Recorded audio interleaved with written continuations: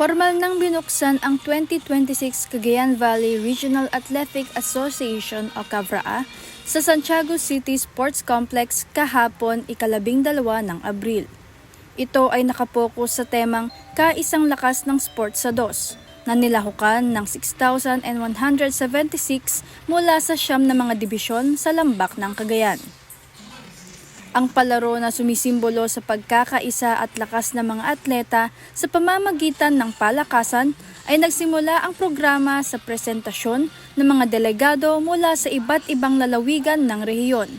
Bitbit ang kani-kanilang bandila at buong pagmamalaking ipinakita ang kanilang pagkakakilanlan.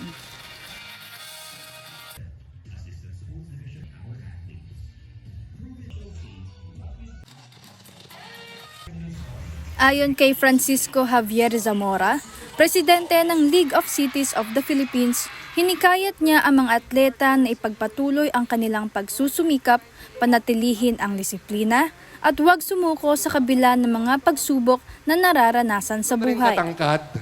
Nagsimula po ako bilang isang atleta nung ako po'y nasa elementary. Nagtiyaga, nagsipag, at umabot po sa varsity high school team namin sa Lasal Green Hills. Pagkatapos po niyan, pinangarap ko na makapasok sa UAAP. Hindi po ako ni-recruit ng De La Salle University. Tinaga ko po ang pag-iensayo, nagsumikap, pinakita ko na masipag ako at kaya makipagsabayan sa mga mas magagaling sa akin.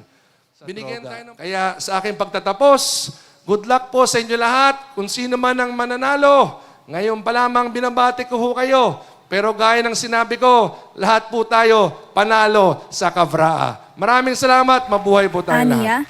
May nananalo at natatalo. Pero panalo raw ang bawat isa sa karanasan at pakikipagkaisa para maging bahagi ng kanilang koponan at makarating sa kompetisyon. Naging maayos ang pagbubukas na winakasan ng mass demonstration at fireworks display. Quirino Province. The Loud and Energy, Quirino Province.